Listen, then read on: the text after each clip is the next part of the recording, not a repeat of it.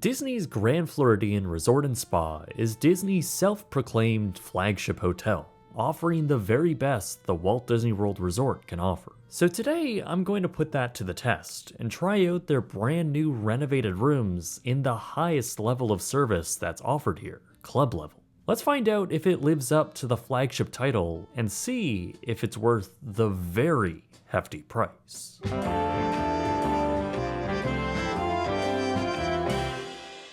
I've already made a pretty in-depth history of how this particular resort came to be in my cancelled Disney World Hotels video over on my main channel. Long story short, when Walt Disney World was first being developed, this land was intended to be Disney's Asian resort. However, through the 70s and into the 80s, that concept would whittle away. Ultimately, Disney got a new CEO with Michael Eisner, who was encouraged by company shareholders to pursue another Disney resort, one which would appeal to the premium segment. Between the Disney Development Company and architectural firm WATG, a Victorian theme would be chosen for this property, taking inspiration from classic Florida hotels like the Biltmore Hotel in Tampa, as well as the Royal Point Siena in Palm Beach. The resort would change a few times through its development, from a more quaint presence with private honeymoon villas on the out islands to a much larger 870-room resort complete with a grand lobby and a red roof.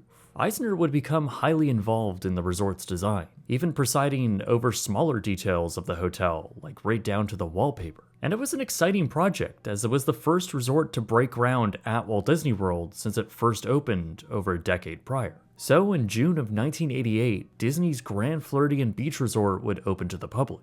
Over the years since, the hotel had gone through some changes, both in its name and in its luxury appeal, going from a 4-star hotel when it opened to a 5-star one today. It continues to be Disney World's flagship and only true luxury hotel. So this is our room, a massive deluxe 2-queen bed club level room. This is a very large space. It feels like twice the size of a standard club level room. Recently, Disney redid all of the rooms at Grand Floridian, removing the bland look and replacing it with this, a generally well-received update which injected some color into the palette, but also Mary Poppins? We'll talk about that later, but this renovation involved all the rooms at the resort, ours included, and despite this being a deluxe room, there really is no decor or added amenities other than a whole lot more room. Because of the expansive square footage, we also believe this is an accessible room, which is why there are larger handles on the curtains and a slightly altered bathroom. But upon first impressions, it is nice. The renovation had just recently wrapped up when we stayed here, and everything had just been installed. And it smelled like it, invoking a Home Depot aura. Since this is Disney's most luxurious hotel, the room does feature a few nice luxuries. The beds are comfortable, as are the linens, though not any more luxurious than the moderate Disney hotel that we stayed in earlier this year. Additionally, you do get lots of seating, perhaps more than you would in a standard room. That includes a sofa that pulls out into a bed. You also get a large TV, a good amount of storage space, a mini fridge, and a coffee maker. Disney has also been putting these Amazon voice-activated things in their rooms, which I promptly unplugged and tossed into a drawer.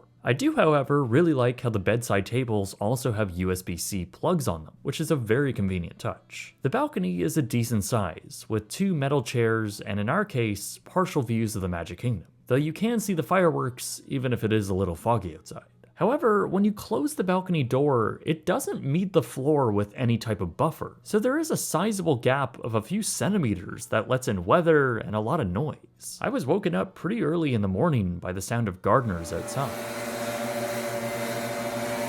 Perhaps the last truly luxurious part of this room are the robes. They're incredibly soft and are made by Chadworth's and Hague Holding Company, and they're just as nice as any 5-star hotel I've been to. So while all of these aspects might make up a decent 3 or even 4-star hotel, I'm not sure if I would call this a combination an ultra luxury hotel room fit for the price point and the title of a flagship hotel. Actually, I definitely wouldn't. First of all, I really hate that they have replaced the majority of the floors here from carpet to this laminate engineered flooring. While it is nice that it's in a herringbone format, it all just feels so formal and uncomfortable. And the lack of carpet in this vast space also creates other problems, like sound travel. It is very echoey in here. Now, unlike some of the other Disney remodels, this room thankfully does have at least a carpet around the bed, which is nice, and I like that it's uniquely shaped. though it's not exactly scaled properly to meet this unique floor layout. As you probably already know, I love a good cozy space, and typically a luxury hotel room gives you the experience of a plush and comfortable atmosphere. That just really isn't the case here. It's in stark contrast to any other luxury Four Seasons hotel, which by comparison is plush and very comfortable with solid materials and a level of refinement that just isn't seen here. Aside from the flooring, the lights within the space are very bright, some even skewing to very cool tones, none of which are dimmable. Again, it just makes the space feel a lot more formal and a lot less comfortable. Really, after spending more and more time here, it became obvious that high quality materials and high quality luxury was not what we had received. The fixtures look like they're from a standard home improvement store. The wooden bed frames are not natural materials, nor are the bathroom tiles, which is all just so annoying that this was clearly chosen to save costs. But just like the fake marble tile at the Riviera, you have to ask yourself on how you feel about spending ultra luxury hotel prices for what's marketed as the most luxurious hotel experience Disney has to offer, only for you to get fake marble floors and a fake marble vanity. That doesn't feel very luxurious. By comparison, when you walk into, say, the Ritz-Carlton Orlando's bathroom, the entire thing is cladded in real solid marble, giving you a far more elevated experience. Speaking of the bathroom here, yeah, it's nothing special whatsoever. I guess because this is an accessible room, they opted to keep the shower curtain. Quite possibly the most expensive hotel room I have ever stayed in to have a shower curtain, but whatever.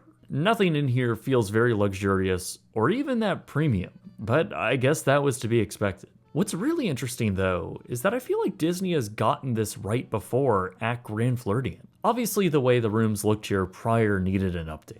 But when Disney opened the DVC building in 2013, I honestly think they did a pretty good job on the room appointments. Even the most standard studio villa, I think stayed much more true to the overall theme of the resort. It looked warm and comfortable, very plush and premium. The bathroom was cladded in real marble and even had a TV in the mirror, which is an actual ultra-luxury hotel feature. I really wish a version of this type of room appointments and design were carried over to the premium club-level rooms. But of course it wasn't, and even this DVC room design was changed in 2022, where even some of those luxury features, like the TV recessed in the mirror, were then removed. Now there are some other nitpicky things in this room, like a very loose shower handle, some small garbage under the bed, a bit of debris behind the curtains, and what looks to be a sloppily cut hole for the fire sprinkler. Okay, that's actually really bad. It was also kind of surprising to see some blatant design issues as well, like this piece of art at level with the back of a movable chair. I'm sure they will never collide, though the locking mechanism for the bathroom door definitely is, as every time you open it, the lock makes contact with the white frame bezel. Like what? This is something I saw on the Margaritaville cruise ship. I mean, this company's been building hotels for over 50 years. How were design mistakes like this being made? To me, this room was technically quite nice, but from the perspective of a luxury flagship hotel experience, it felt like it vastly missed the mark on how comfortable it should be, especially when the best perk of a luxury hotel is to have everything be as good as it gets. That certainly was not the case for me, and the room felt more like a new cookie-cutter suburban house that modern developers market as modern luxury. Alright, before we take a look at the actual club level perks, I wanted to mention a service that we've been using and really enjoying. Emmy and I, but especially Emmy, is very much into fragrance, and anyone else who is trying to find their own scent knows how expensive and tedious that can be. That's why this video's sponsor, Scentbird, makes finding and trying different fragrances so easy and affordable. Scentbird allows you to try all types of high-quality, name-brand perfumes at an affordable price. They're packaged in generously sized travel vials and delivered right to you. This week, I chose to try out Casablanca by House of Beau, which I actually really enjoyed with its fantastic vanilla bourbon and white tea notes. This is while Emmy went for Lover by The Maker, a particularly interesting brand as it's from a boutique hotel chain from upstate New York.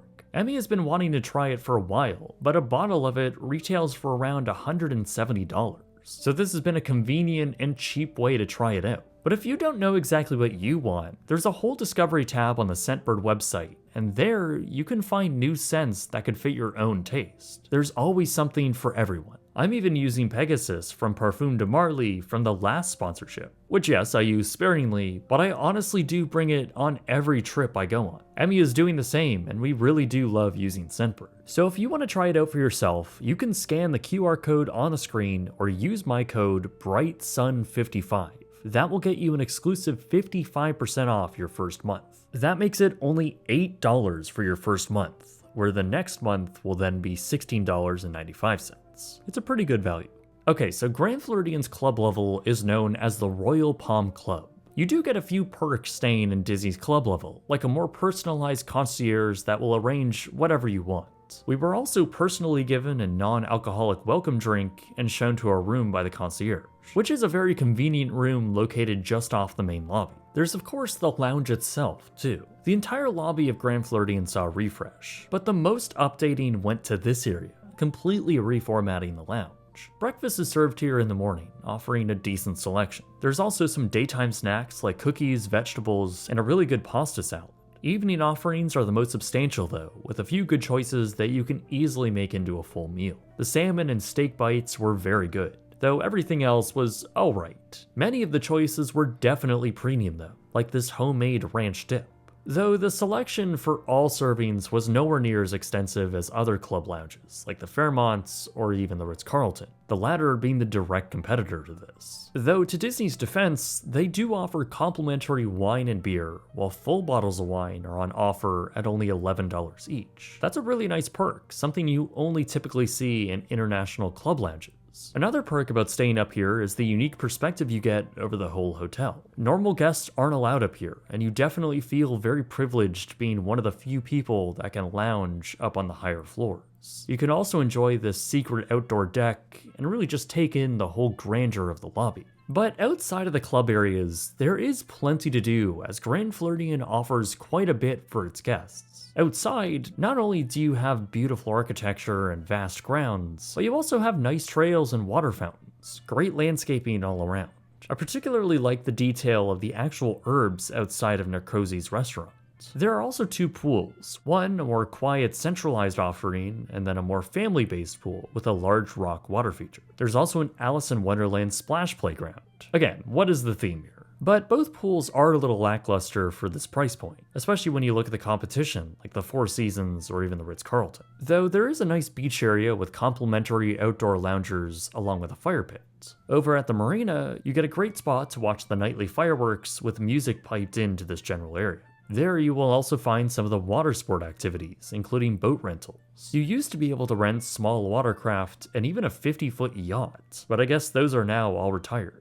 Now, like I mentioned before, in 2013, the hotel opened another structure to the south, which acted as a Disney Vacation Club building. Over there, you'll find the hotel's very own wedding pavilion, which is on its own little island, as well as a spa building with decent offerings and a gym facility. There's also an outdoor basketball court and a walking path, well, there at least will be a walking path in the future to the Polynesian. The very location of the resort is perhaps the most enticing amenity though, as it's placed right next to the Magic Kingdom on Seven Seas Lagoon. That means you have the option to either walk, take a boat, or hop on the monorail. There's no doubt that it's extremely convenient to just walk out from the lobby and jump on the monorail. Speaking of the lobby, this is where you'll find many of the shops and restaurants, all of which are very plentiful and quite diverse. You have your normal gift shop stuff, as well as some more unique options, like a clothing boutique and a soap store called Basin. As for dining, well, you have tons of options. In fact, there are 10 different bars and restaurants on property.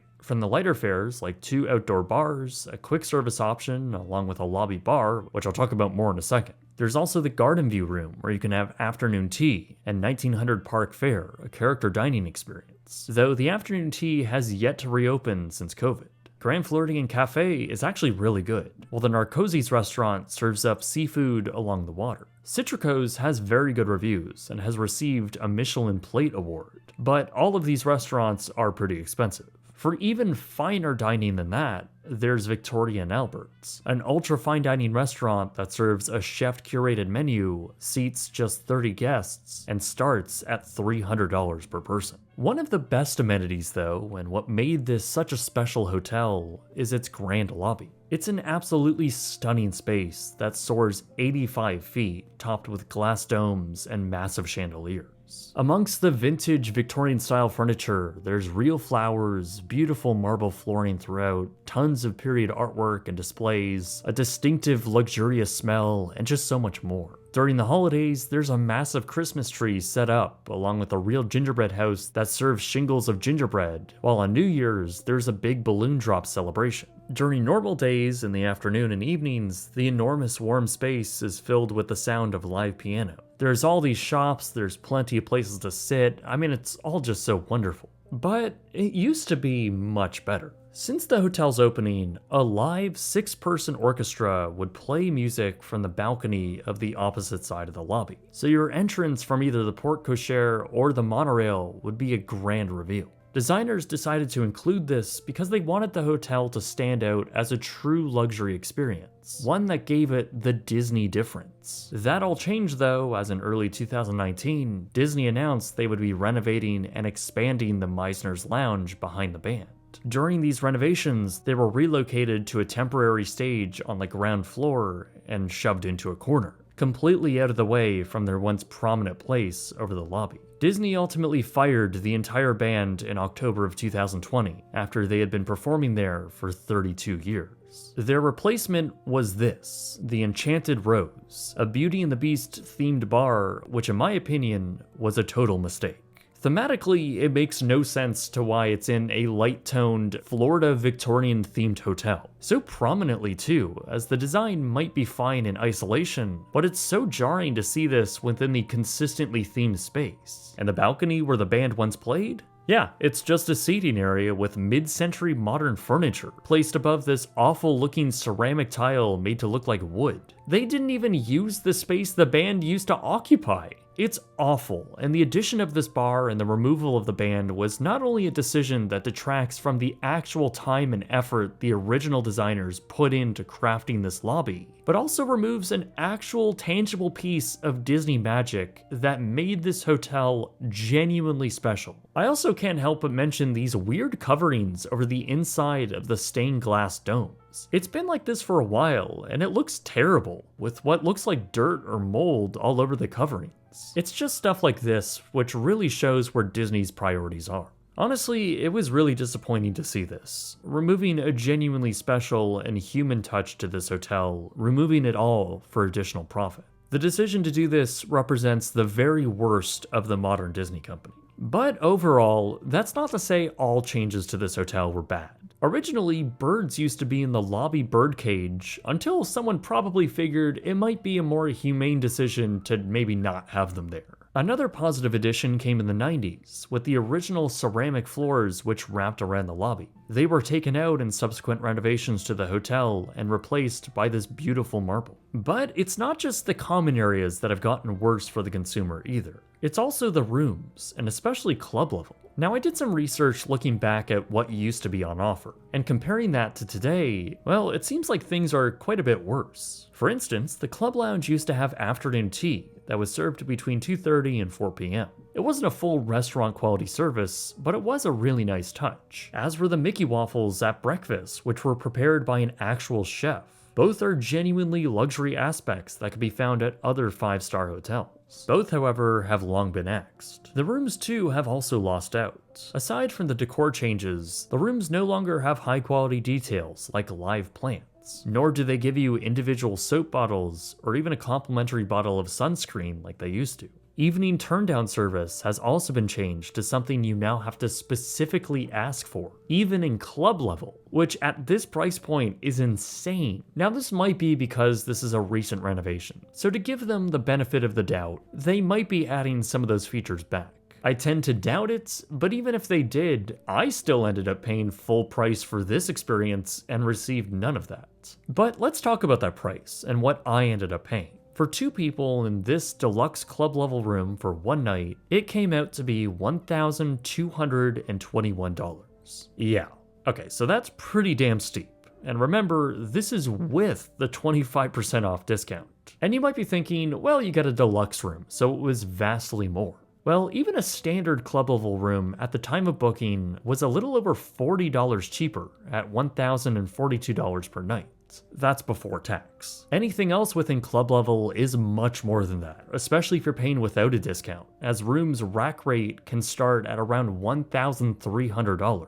Suites like a one-bedroom start at $1,700. The Victorian suite, which unfortunately has been drastically dethemed, at $2,400. The two-bedroom, I mean, do I even need to keep going? It's stupid money. So by comparison to these prices, a regular room here doesn't seem all that bad. A standard view room here starts at around $585 with a discount, but it's more likely going to be around the $750 mark if you can't find it with any money off. If you want a room that has a better view, well then you're getting into the $800, $900, and $1,000 mark. Though not all of these rooms are the same. The Grand Floridian has some interesting and varied architecture, which allows for some uniquely shaped rooms. So there is a variety of unique rooms and suites you can get. I picked our room because it looked like it had an interesting layout, and Disney was still showing it as it looked in 2007. So I, for some reason, naively thought that's what I would be getting. But what I would do if I had to do it all over again and I wanted the extra space, I would get the King Deluxe room, as you can request one of those rooms which are located in the turrets and have windows completely surrounding them. And it was only like $8 per night more. It is significantly better than our two-queen version of this room category. That room type is honestly getting better in terms of the value proposition, though I have yet to see it post the new renovation. But really, the premiums you pay for club level in general is just likely not worth it for anyone. Honestly, club level typically is a bad value proposition across the board for pretty much every hotel. Especially luxury ones, and only in certain cases does it actually make sense. Unless money is absolutely no object and you want the highest level of convenience, then I guess this works. But the Ritz-Carlton has a better lounge, better service, subjectively a better room, competitive amenities, all for $100 less per night. Granted, it's not an apples to apples comparison to Grand Floridian, and it is much further away from the parks, so I guess it really all comes down to what your priorities are. So let's give this an actual Jake's Isn't Any Good score. It's based on 5 categories, each out of 10, for a potential perfect score of 50 out of 50. We'll start with the location. Obviously, if you want a hotel closest to the world's most visited theme park, you really can't get much better than this. From the boats to the pathway and the monorail, you're right there and can easily transfer to Epcot. Bus transportation to the other parks is a bit slower, so I'll give it an 8 out of 10. Amenities are also pretty good here, from the various pools, a beach, all of the food options, and so much more. It's a 9 out of 10. Luxury, however, is lacking. The architecture is stunning, and the quality of materials in the areas that haven't been touched by the more recent renovations genuinely make you feel like you're in an esteemed resort. But our room is lacking as a $1,200 hotel room, and simply does not feel like a luxury product. Aspects like the band would have helped this category, but they're gone, and I'm giving it a 5 out of 10. Service was good. I wouldn't say it was the very best service fit for this price point, but everyone was nice enough. No turndown service for this price point is pretty ridiculous though. It's a 6 out of 10. Finally, there's value. I think the lower level rooms at around the $580 mark is honestly not the worst value comparing to rivals and putting it in the Disney World context. I would definitely go that route if you plan on staying here. But in club level, well, it's just not worth double the price. Nowhere near worth double the price, and it's a 2 out of 10. That brings the total score to a not bad 30 out of 50. A much better score when put up against its rival across the lake, Disney's Contemporary Resort. But it also falls short when put up against other luxury hotels. For me personally, while I do think this is much better than Contemporary's club offerings, and it was special spending the night in such a beautiful hotel, I wasn't really impressed by the room or the luxury I thought would be present here. I really don't feel the need to return anytime soon apart from a visit. And that's really what I would suggest. This hotel is unique, and a lot of effort went into it, so it's absolutely worth a visit. But when it comes to actually spending your money here, I think there are much better options elsewhere, even on Disney property. But I am curious on what you think. Looking at this from an objective viewpoint with all of the context that this resort offers, do you think the hotel is worth the money? Subscribe to the channel if you want to see more videos like this, including a trip on the Queen Mary 2. Yes, you all bullied me into doing it. resorts. Thanks again to Scentbird for sponsoring this video, and you can find their information in the description below. Anyway guys, my name is Jake, and thank you very much for watching.